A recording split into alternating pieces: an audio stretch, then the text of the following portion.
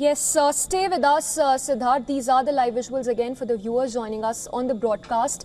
Live images of the splashdown that is taking place in the Pacific Ocean off the coast of California. The 4 astronauts returning after almost 3 weeks in space.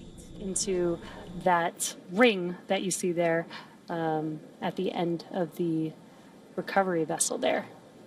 And once the spacecraft is nestled into the nest, it'll translate to a deck that meets the height of where the hatch on the Dragon spacecraft is.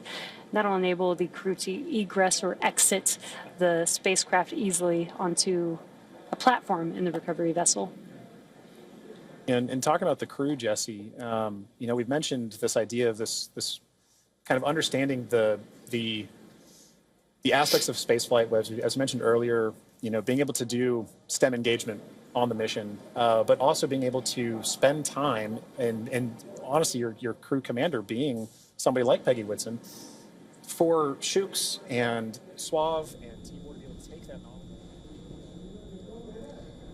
So those are the live visuals on your screens of this splashdown that is taking place, following which the crew will have to undergo 7 days of quarantine. Let's go across to Siddharth again, who continues to be with us on the broadcast. Siddharth, you were discussing here about the process that is to follow after the splashdown happens. Once again, if you can talk to us about the 7 days of rehabilitation that the astronauts will have to undergo as they adjust back to life on Earth under the influence of gravity, of course. Yeah, so living in microgravity conditions is completely different. In fact, long-term astronauts who go there for 6 months of a time period aboard the International Space Station, they have to work out for at least 2.5 to 3 hours every day, including weight training and treadmill training and cardio exercises for both their heart health and also to keep up their muscle and bone density.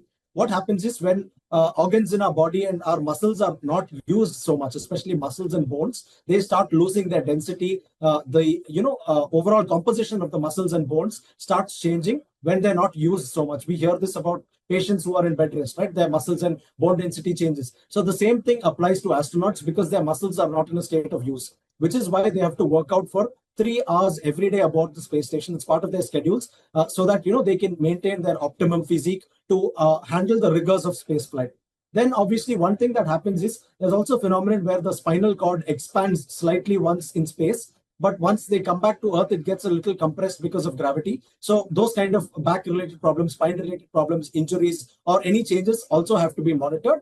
Further, you know, issues with regards to the eyesight have to be monitored. Then there are also other issues that need to be checked, whether their blood profiles and so many other issues are part of this rehabilitation that will go on. And also all their vitals will be checked.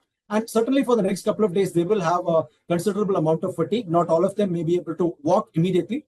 And in the words of some veteran astronauts who've been flying for several years, or rather for over the decades they've been flying, they say that it hits everyone differently. So perhaps the younger people can recover faster, slightly older people may take time. But Shukla is certainly on the younger side. He's barely 40 years of age. And this is also just a 2-week or, 2.5 week long trip. So recovery from this should be significantly faster than the usual 6-month trip where astronauts go to space. And, we all recall that last year, Sunita Williams had gone for an 8-day long trip, but she stayed there for as much as 8 months. So those are the trips where your impact on the body is significant. But 2 weeks is relatively lesser.